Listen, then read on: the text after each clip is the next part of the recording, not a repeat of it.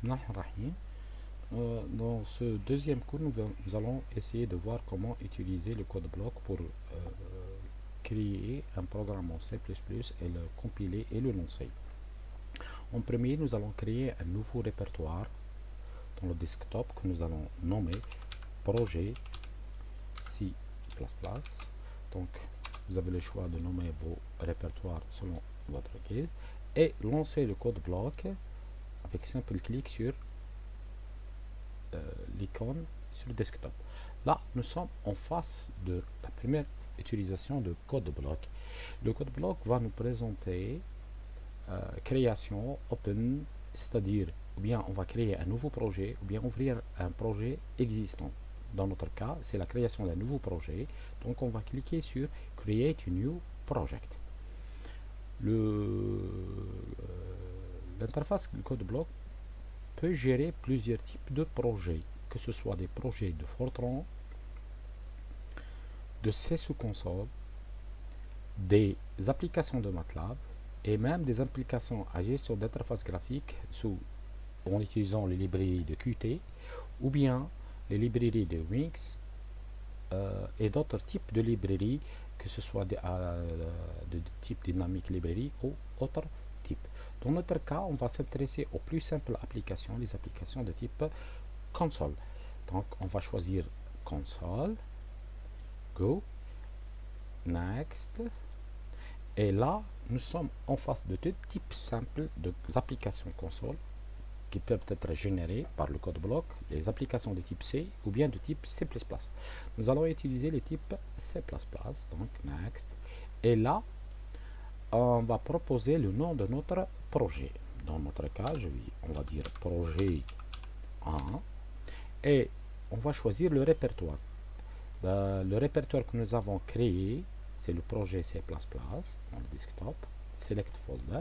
Donc le nom du projet, son répertoire, le nom de fichier du projet, c'est-à-dire projet 1 CB, code block project CBP, qui est dans le répertoire project. Next. Et là, les différentes fonctionnalités du compilateur. Si vous avez un compilateur, d'autres types de compilateurs installés sur votre machine, vous pouvez les choisir. Dans notre cas, nous allons choisir le compilateur GNU du GCC qui va nous permettre de réaliser des applications simples. Finish.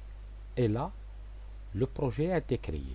Le projet a été créé en plus d'un fichier main CPP, c'est-à-dire le code source C++ le plus simple.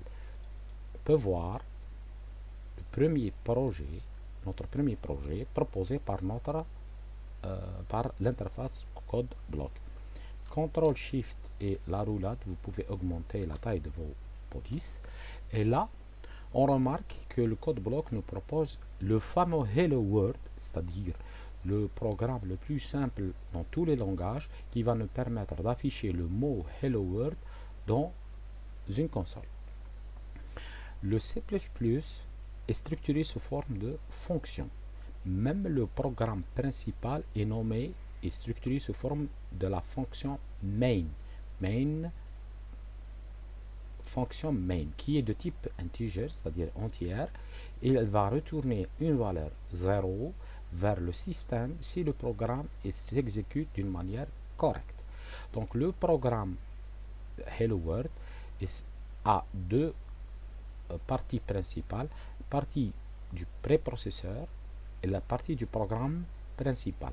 Le préprocesseur indique au système les librairies à utiliser, les namespace ou bien même les variables et les fonctions, les variables globales et les fonctions déclarées. Dans notre cas, nous avons juste les librairies et le namespace.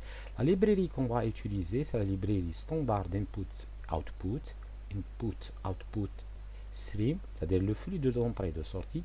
Ça va nous permettre de gérer l'affichage sur l'écran et la lecture du clavier. Donc, elle est indispensable pour le in et le out.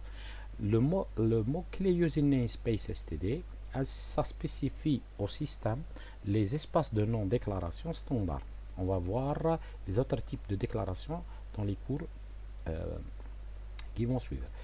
Dans notre cas, nous allons utiliser les namespace standard et le bloc principal contient juste deux lignes. La première destinée pour l'affichage, deuxième c'est le retour de la fonction qui va donner au système la valeur 0 indiquant que l'exécution est correcte. Sinon, on va remarquer si le programme ne fonctionne pas d'une manière correcte, le système ne va pas recevoir l'information qu'il a terminé son travail. La première ligne, c'est l'affichage du mot Hello World.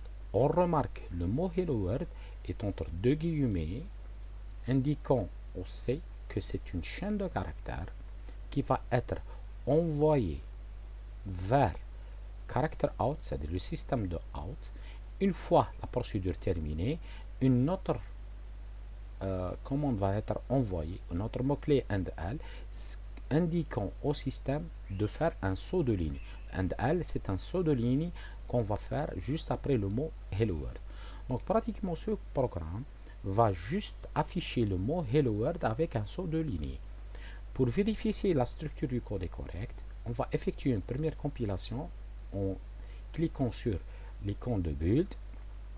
Là, si tout va bien, nous allons recevoir des messages indiquant que le nom, s'il y a des erreurs, on va obtenir le nombre des erreurs et ainsi que les warnings. Les erreurs sont différentes des warnings. S'il y a des erreurs dans notre code, le code ne peut pas être compilé, ne peut pas être transformé en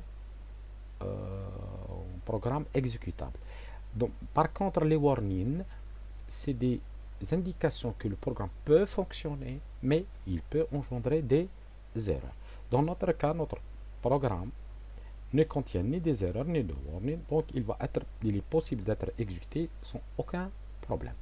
Pour lancer le programme, on va cliquer sur Run. Une fenêtre a été créée où le programme Hello World a été lancé. Notre projet, c'est le projet EXE. Le programme projet ARM EXE a été créé et lancé. On remarque le mot Hello World qui a été affiché dans la console et un saut de ligne par AND-L a été créé et le process s'est terminé avec un retour de 0. Ça, c'est le premier programme et le plus simple programme en C++ qu'on peut utiliser sous code block. Merci pour votre attention.